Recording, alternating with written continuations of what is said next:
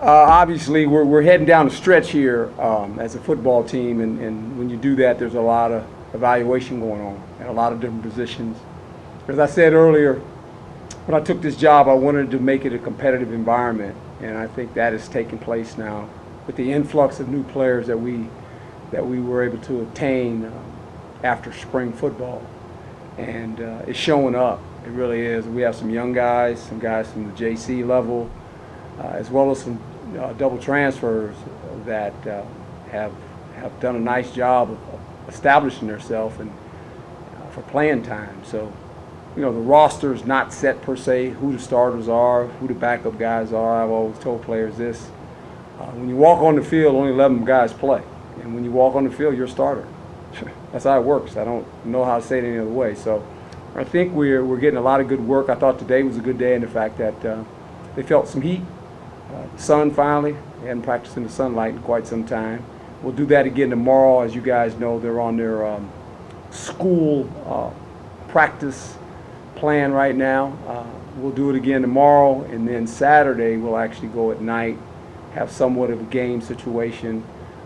Sunday we're going to try to make it like we would do during the season, basically for the next 2 weeks. Sunday they'll come in, they will stretch. The guys that do not participate so much in games, obviously they're going to participate in our offense and defense. That's where the developmental thing comes in for us.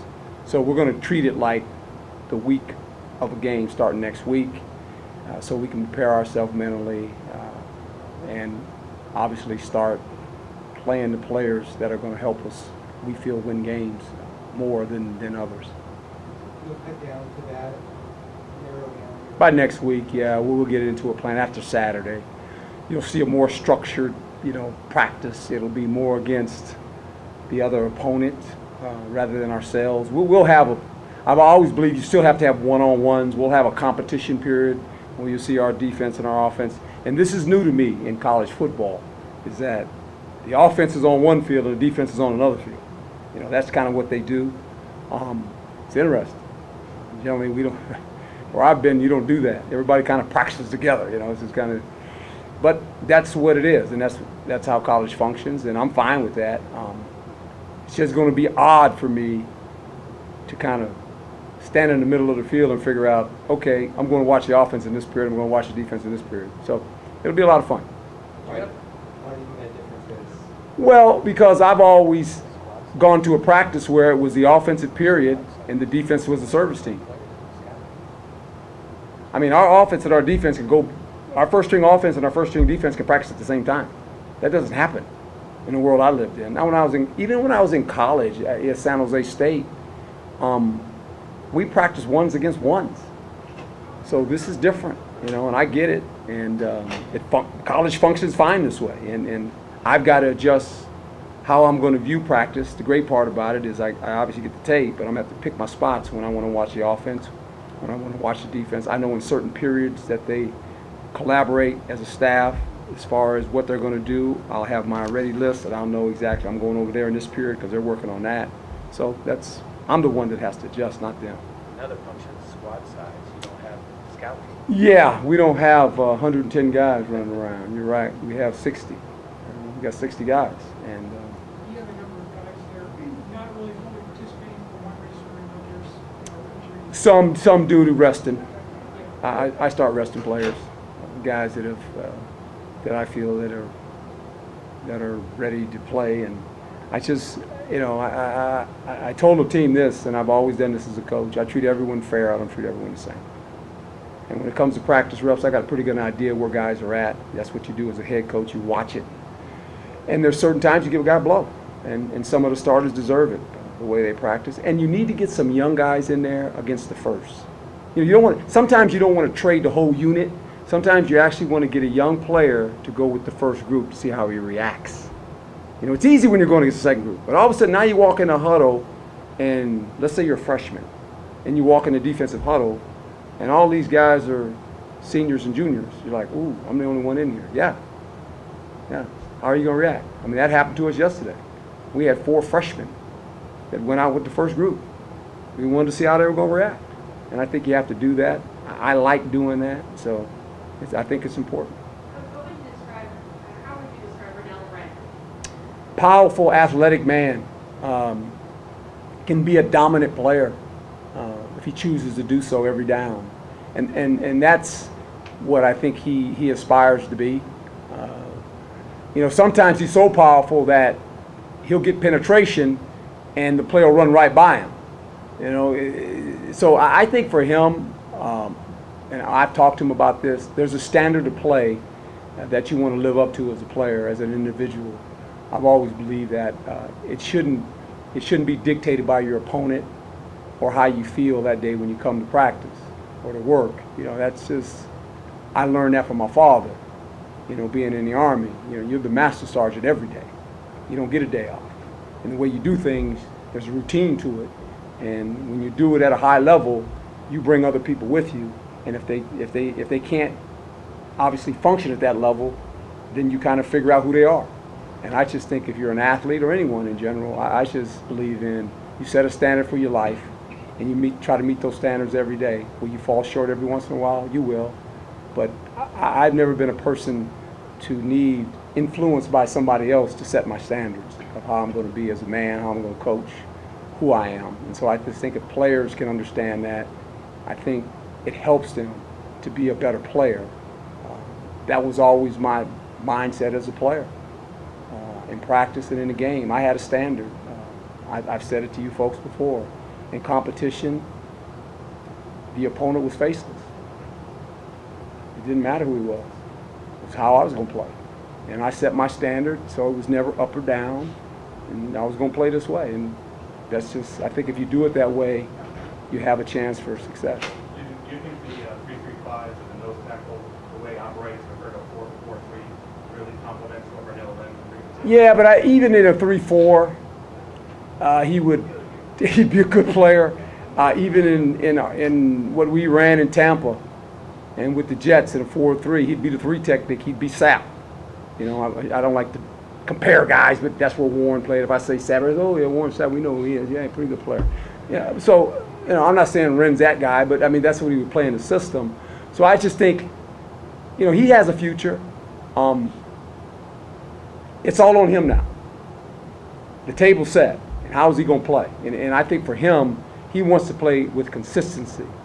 I mean, that's what people are looking for. When the scouts that I talk to, they say, Coach, and I said, well, you know, he's in a system now where it'll allow him to do some things, and hopefully it'll highlight what he does. You, earlier in practice, Herm, you had a pretty passionate discussion with the defense. Yeah, with the DBs.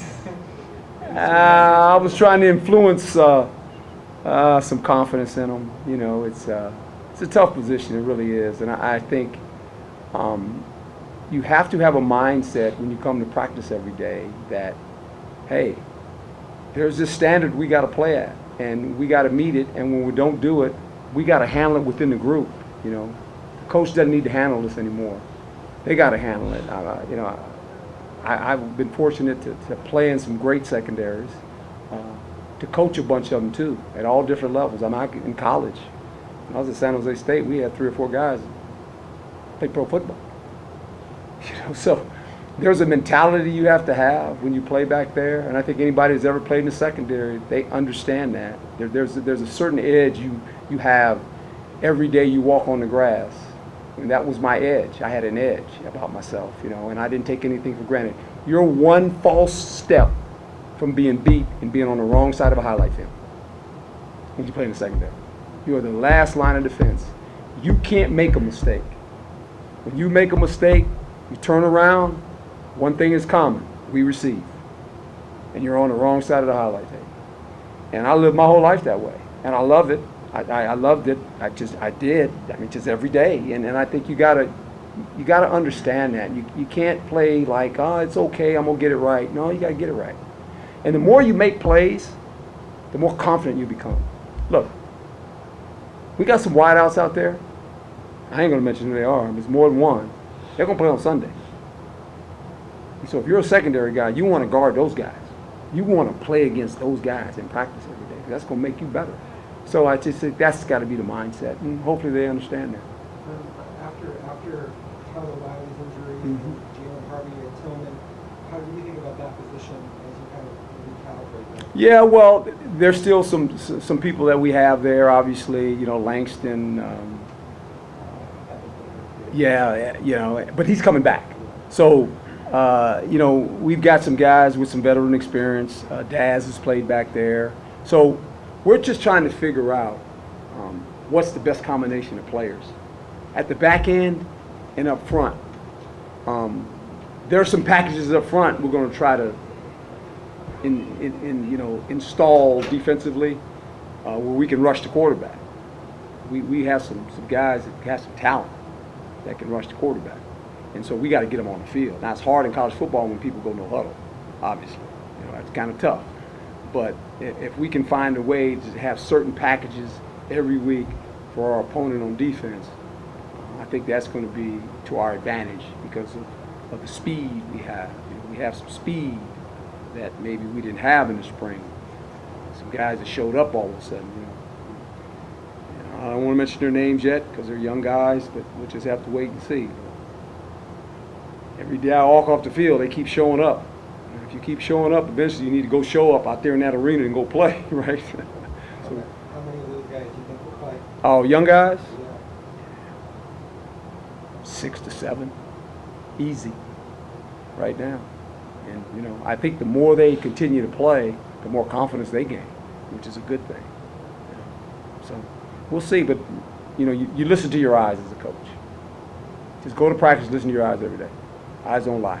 If the same guys keep showing up good, you go, yeah, something about that guy. He just keeps showing up, right? You can't deny it. And I think some of the players realize it too. You know, it's kind of like, oh, who's that guy? You know, so it's interesting.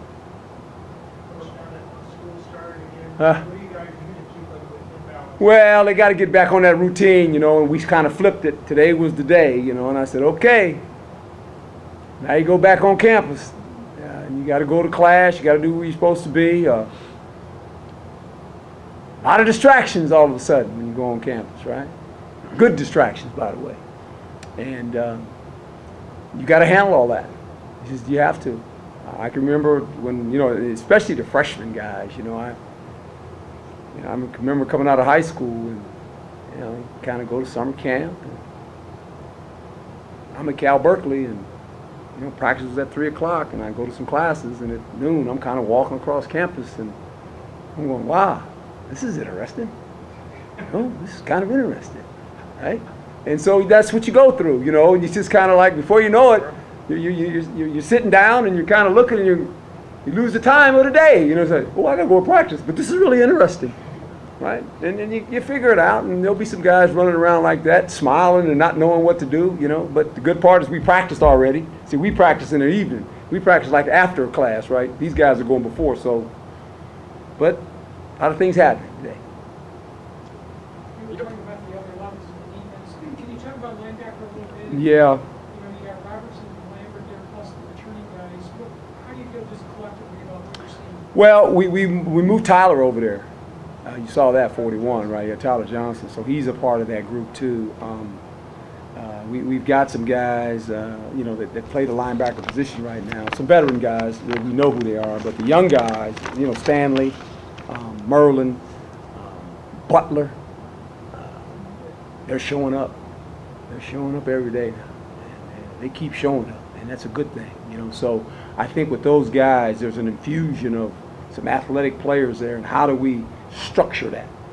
That's what we're dealing with. How do we get the best guys and give them opportunities to make plays for us? And I think that's what's great about when you start planning for an opponent, because then you kind of look at the opponent and go, okay, this is what they do. This is how they play their offense. What are the matchups that we think we can take advantage of with athletes? And so that's what we have to do. But we got some guys all of a sudden that are pretty good. Tyler Johnson gives you a big guy there. Is that what you were looking for? Yeah, you know, another rush guy to come off the edge. You know, I mean, you know, Crump hasn't participated as much as we like yet. Slade is down too. We didn't mention those two guys. You know, so there's a bunch of guys. You know, Robinson, you guys have seen him. Lambert, 17. I keep saying he keeps showing up. And so you got a crew of guys that can come off the edge. You know, and our defense is a defense, and you guys have been enough practices. It doesn't sit still. There's a lot of moving parts, and so you got to have speed. And we've infused it with some guys that can run. Now we just got to help them and make sure we're not asking them to do too much, too early, and play with those guys. Everybody good? Okay, thank you, All man. right, thank you.